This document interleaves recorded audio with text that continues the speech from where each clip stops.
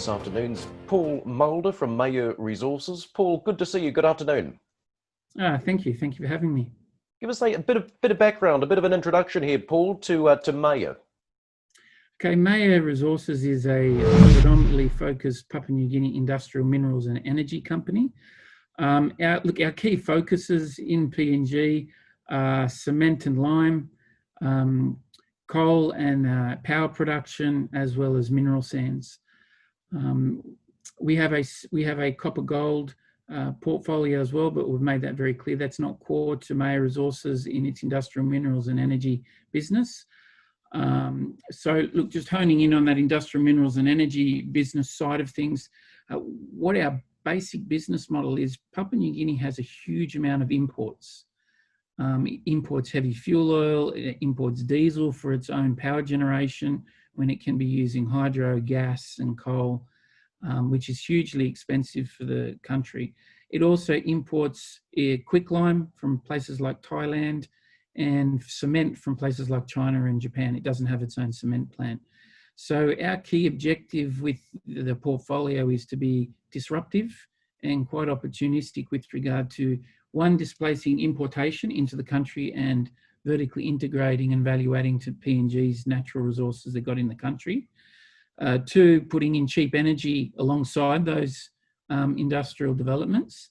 But because of the proximity of how close these industries are to Australia, is so not only providing PNG their domestic needs at cheaper costs and displacing imports, but also having an export business that services domestic and international areas such as Australia and the Pacific. And so by way of meeting some of this demand, bring us up to speed as to what you're up to with the Central Cement and Lime project there. Well, what's some of the recent developments? So look, the Central Cement and Lime project is our flagship. It's hard to believe, I know, but Papua New Guinea doesn't have its own cement plant in the entire country. So every piece of infrastructure you see built with concrete has come from imported clinker pellets and or powdered cement, which, so there's a huge opportunity there with demand and also with, from the perspective of being able to supply the domestic needs. So the most recent update, which is extremely exciting for us, we have been given for the first time ever a mining lease for the next 20 years. We already have the environmental permit. We have compensation arrangements with landowners. We have an extensive debt and equity process we've undertaken with KPMG, with attracting debt and also strategic partners to join us in this development. So from our perspective, the project is shovel ready, regulatory, it's achieved the last major regulatory approval, and we're ready to go. So in actual fact, the mining lease and Papua New Guinea's commitment to the project is that they want to see us up and running ASAP, even if it's building a lime quarry just to get going. Well, can you tell me more? How much resource have you got there? How much of these materials are you sitting on? We've got more than what we know about, but I can give you the JORC number.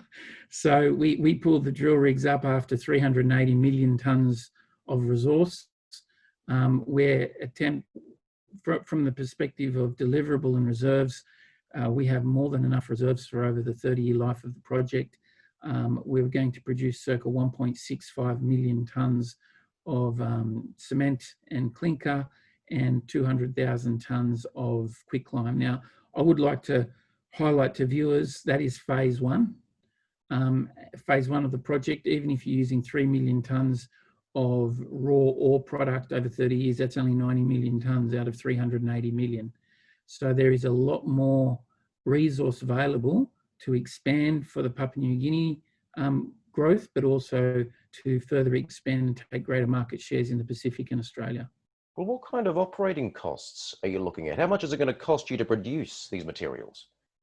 Look, what I would say is, without going into, obviously some of the details quite commercially sensitive, but if you look at a global cost curve, we're quartile one of the global cost curve. So for the viewers, that basically means if you look at 25% quartiles, we're in the bottom 25% of all costs. So irrespective of the cyclical nature of these businesses, we'll be there continuing to make margin. So shovel ready. as you say. What kind of period, what construction period are you looking at? How long is it going to take to get into phase one? Okay, so phase one's already had construction bids received, and hence why the financing process is underway with KPMG. Depending upon the path we take, we're looking at an early start. And what does an early start mean? That means where we could build a quicklime kiln first and a quarry, where circa 18 months from digging dirt, you would see the plant completed and producing, which is the fastest to cash flow. If you were to build the entire facility will take approximately 2.5 years to build.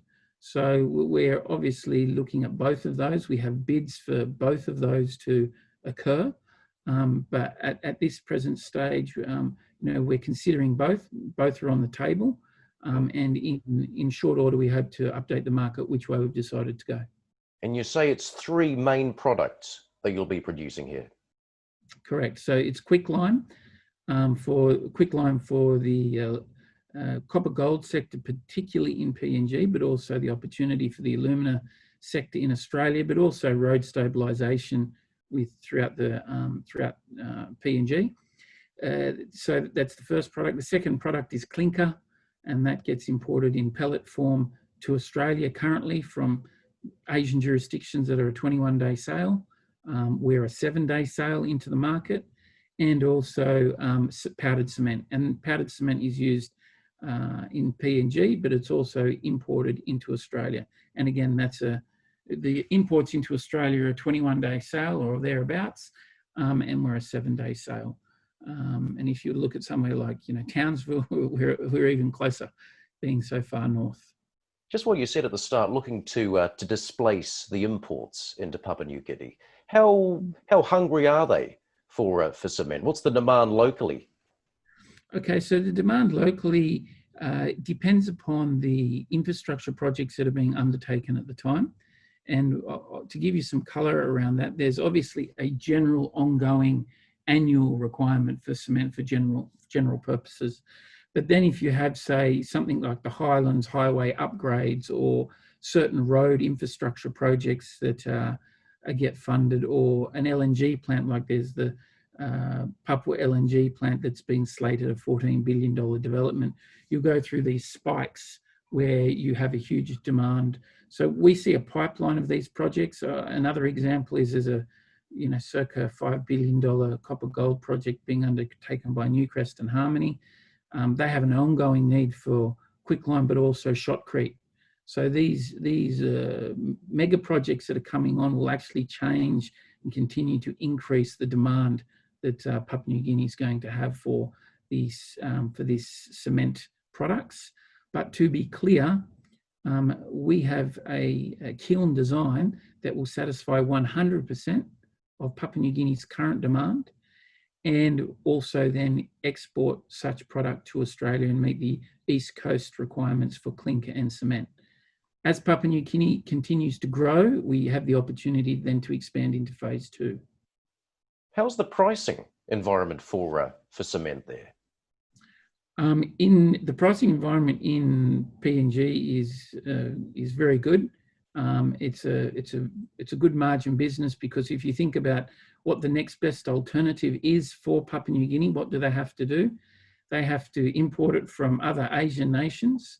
They have to then handle it, the offloading facilities, the port handling charges, etc. So if you were to compare a like for like, there's probably just in itself, putting it on a stockpile ready to go, there's probably $30 a tonne difference in cost for us versus a foreign import. Well, Paul, just a final word then. Sounds like you're approaching a rather exciting and quite critical point for the company ahead of construction here. Yeah, absolutely. Look, I think that it's very exciting times for us. It's a first for PNG, but at its core, nation building, that this country is the aspirations that it has, just to have the basic need of cement, or one cement plant in your own country.